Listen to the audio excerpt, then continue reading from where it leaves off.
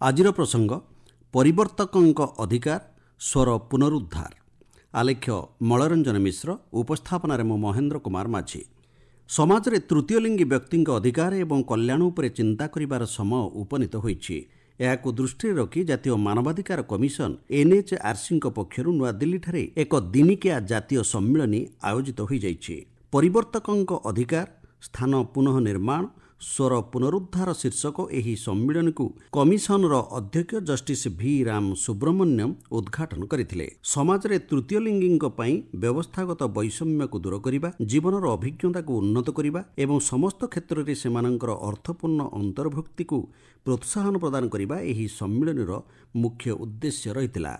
ସମ୍ମିଳନୀକୁ ଉଦ୍ଘାଟନ କରିବା ଅବସରରେ ଜଷ୍ଟିସ୍ ରାମ ସୁବ୍ରମଣ୍ୟମ କହିଥିଲେ, ଭାରତ ଏପରି ଏକ ଦେଶ ଯେଉଁଠାରେ ଉପନିଷଦ ଦ୍ୱାରା ସମାନତା ଉପରେ ଆଲୋଚନାକୁ ଏପରି ଉନ୍ନତ ସ୍ଥାନରେ ସ୍ଥାନିତ କରାଯାଇଛି ଯେ ସୃଷ୍ଟିର ପ୍ରତ୍ୟେକ ବ୍ୟକ୍ତି ବା ଏକକ ହେଉଛି ଈଶ୍ୱରଙ୍କର ପ୍ରକାଶ।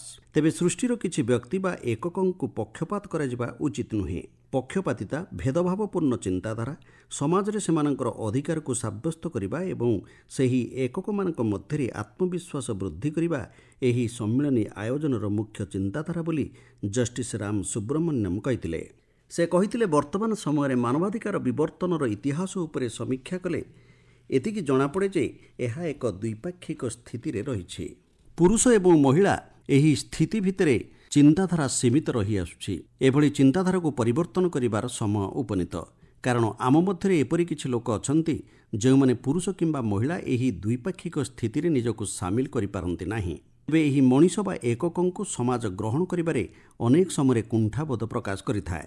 ଫଳରେ ସେମାନେ ଶିକ୍ଷା, ସ୍ୱାସ୍ଥ୍ୟ, ନିଯୁକ୍ତି ଏବଂ ବାସସ୍ଥାନ ଆଦି ବିଭିନ୍ନ କ୍ଷେତ୍ରରେ ବ୍ୟାପକ ଭେଦଭାବ ବା ଅସମ୍ମାନର ସମ୍ମୁଖୀନ ହୋଇଥାନ୍ତି। ଭାରତ ଏହି ବ୍ୟକ୍ତି ବା ଏକକଙ୍କ ଅଧିକାରକୁ ସ୍ୱୀକୃତି ଦେବାରେ ବିଶ୍ୱର ଅନ୍ୟ ଦେଶ ତୁଳନାରେ ଆଗୁଆ ରହିଛି।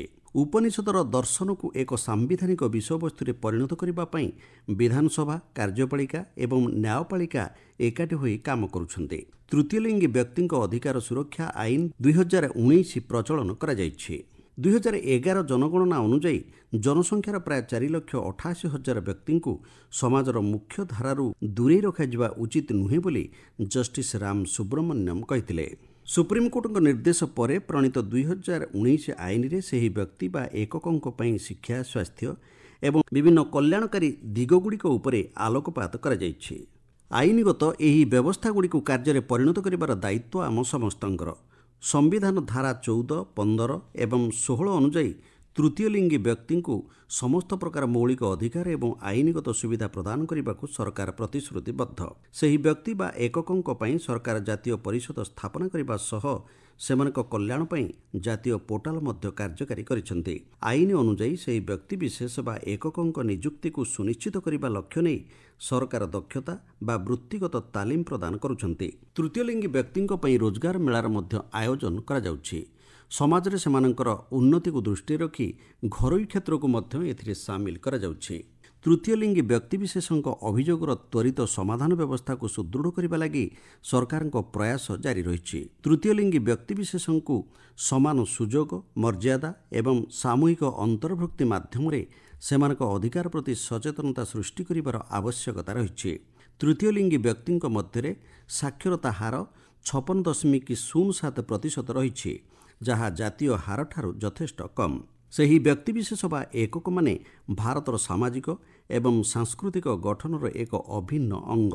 ବର୍ତ୍ତମାନ ସମୟରେ ସେମାନଙ୍କର ଯାତ୍ରା ଅଦୃଶ୍ୟତାରୁ ସ୍ୱୀକୃତି ଏବଂ ଅନ୍ତର୍ଭୁକ୍ତିକରଣ ଆଡ଼କୁ ପ୍ରତିଫଳିତ ହେଉଛି।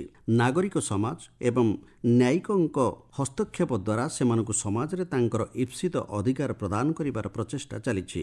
2014 ମସିହାରେ ସୁପ୍ରିମକୋର୍ଟଙ୍କ ଐତିହାସିକ ରାୟ ସମାଜରେ ସେମାନଙ୍କର ସ୍ୱୀକୃତି ଏବଂ ଅଧିକାର ସାବ୍ୟସ୍ତ ନେଇ ଏକ ବିରାଟ ପରିବର୍ତ୍ତନ ଆଣିପାରିଛି। ଉପନିଷଦର ସେହି ବାର୍ତ୍ତା, ପ୍ରତ୍ୟେକ ବ୍ୟକ୍ତି ବା ଏକକ ହେଉଛି ଈଶ୍ୱରଙ୍କର ପ୍ରକାଶ, ଏହାକୁ ଆମକୁ ସହୃଦୟତାର ସହ ଗ୍ରହଣ କରିବାକୁ ପଡ଼ିବ।